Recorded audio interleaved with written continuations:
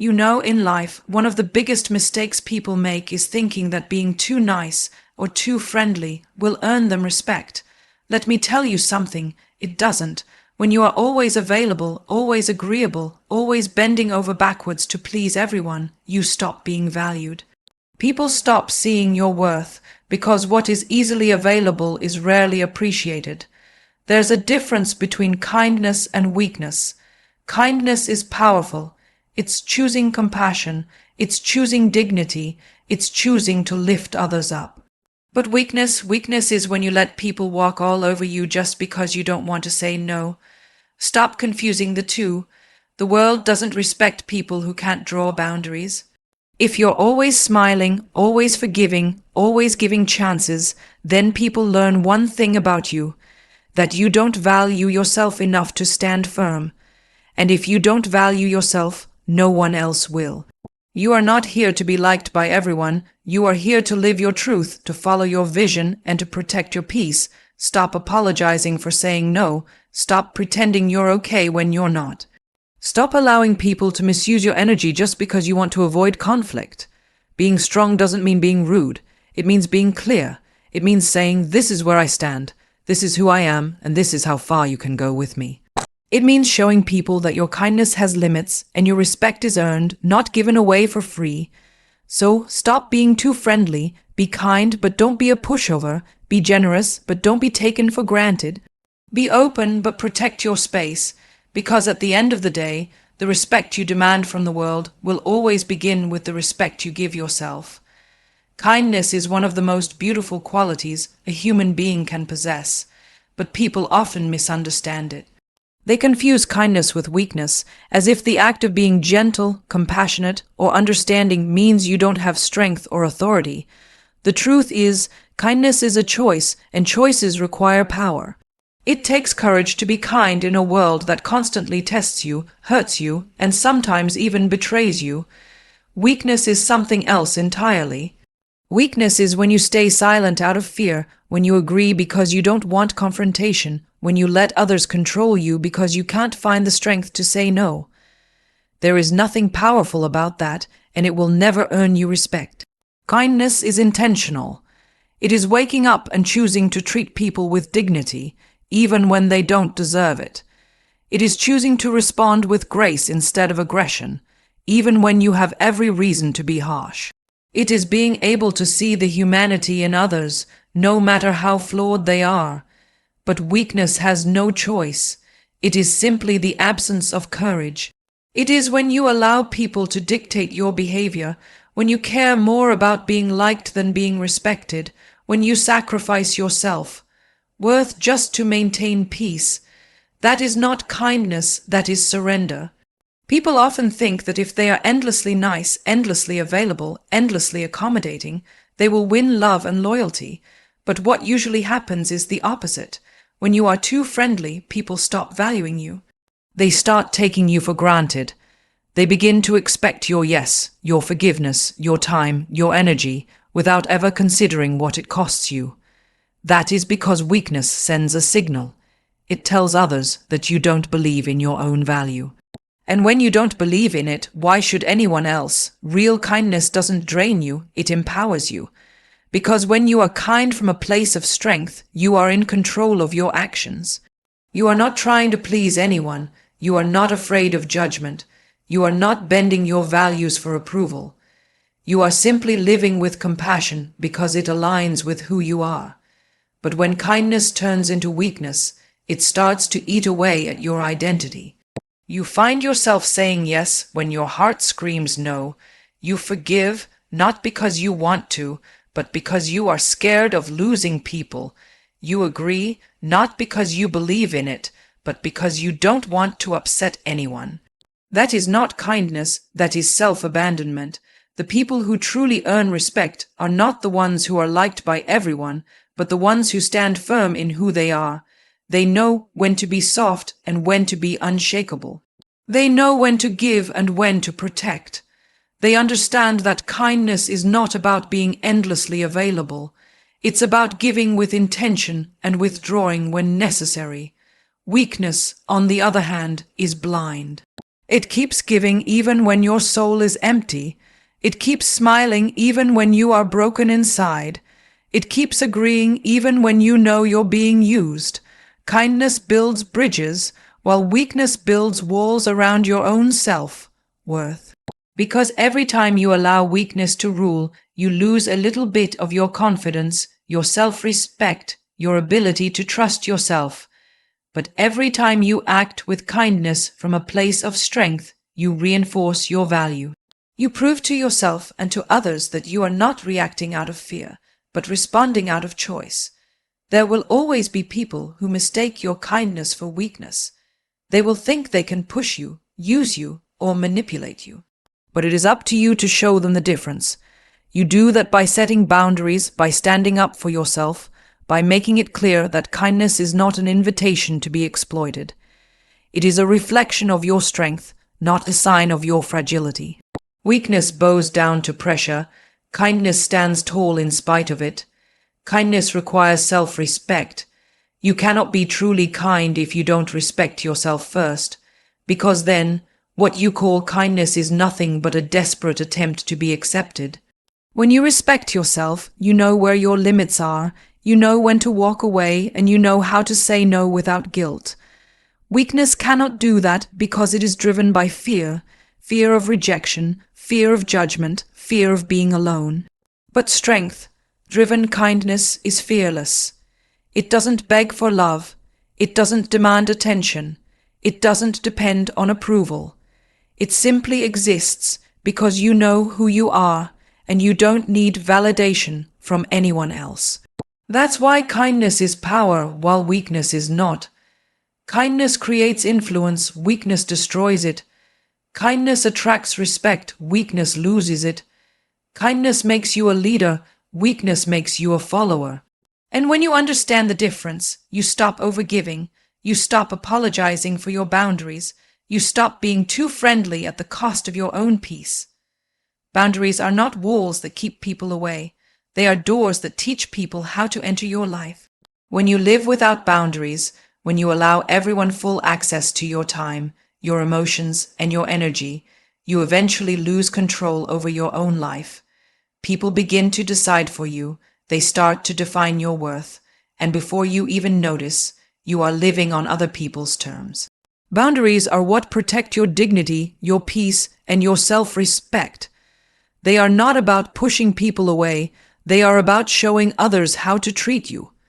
Over-friendliness often comes from the fear of rejection.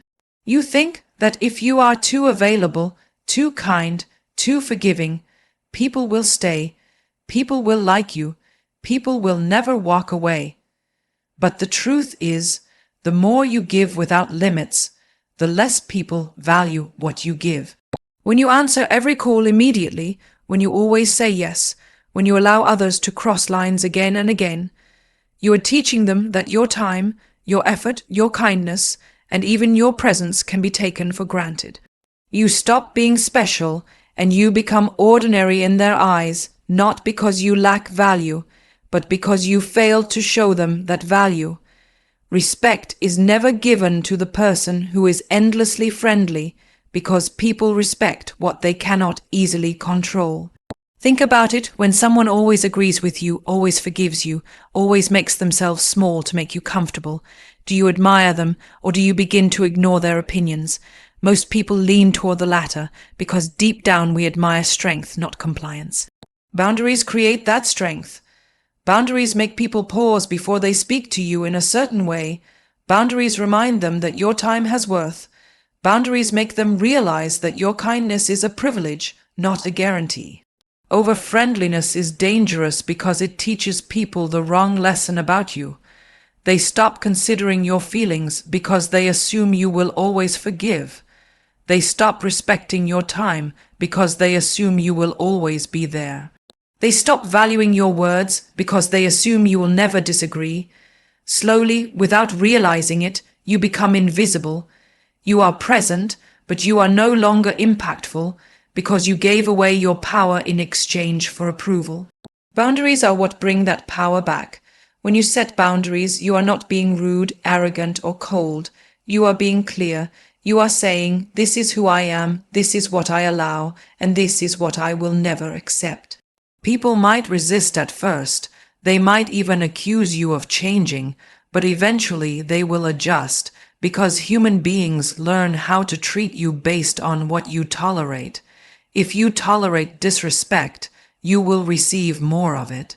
If you tolerate being taken for granted, it will happen again and again. But when you set limits, when you say no with confidence, when you walk away from what does not serve you, you automatically earn respect, even from the ones who once underestimated you. Over-friendliness feels like kindness in the beginning, but it becomes a trap. You end up doing things you don't want to do. You end up saying yes when you are exhausted. You end up putting yourself second every single time. And the more you do it, the more people expect it. Suddenly, saying no feels like a betrayal. Standing up for yourself feels like rebellion. Protecting your peace feels like selfishness. But none of that is true. It is not selfish to value your time. It is not wrong to protect your heart. It is not cruel to choose yourself when others try to misuse your generosity. Boundaries are the language of self-respect, and when you speak that language clearly, the world responds. The respect you earn from boundaries is far deeper than the fake affection you receive from being over-friendly. People might not always like your firmness, but they will respect it. They will know that your yes means yes, and your no means no. They will know that your time matters, so when you give it, they will appreciate it. They will know that your kindness has weight, so when you show it, they will value it. That kind of respect lasts longer than temporary approval because it is rooted in strength, not fear. Boundaries also teach you something about yourself. They remind you that you do not exist to please others, you exist to live your truth. They remind you that your life is your responsibility, not anyone else's. They remind you that giving is beautiful, but giving without limits is self-destruction. They remind you that you are in control, not other people's opinions. Every time you set a boundary, you are silently affirming that your peace matters, your dreams matter, and your self-worth matters. You are not here to be liked by everyone, and the sooner you accept that truth, the more powerful your life becomes. Too many people waste their time, their energy, and their dreams trying to make sure no one is upset with them, no one criticizes them, and no one rejects them. They dilute themselves into smaller and smaller versions just to fit into spaces where they do not belong. But life is not a popularity contest, and your worth is not measured by how many people approve of you. Trying to be universally liked is the fastest way to lose yourself, because it forces you to wear masks, to hide your truth, and to betray your own values for the sake of others' comfort. The reality is, no matter what you do, someone will always disagree with you. You can give your best and still be judged. You can love deeply and still be unappreciated. You can sacrifice endlessly and still be taken for granted. There is no path where everyone claps for you, so stop living as if applause is the purpose of your existence. You were not born to win every heart, you were born to live your purpose, and that requires the courage to disappoint people along the way. When you stop chasing approval, you start attracting respect. People may not always like you, but they will notice your clarity. They may not always agree with you, but they will acknowledge your conviction. They may not always celebrate you, but they cannot ignore your authenticity. The people who truly matter will never need you to shrink for their comfort. They will never demand that you silence your voice, abandon your dreams, or erase your identity just to keep their love.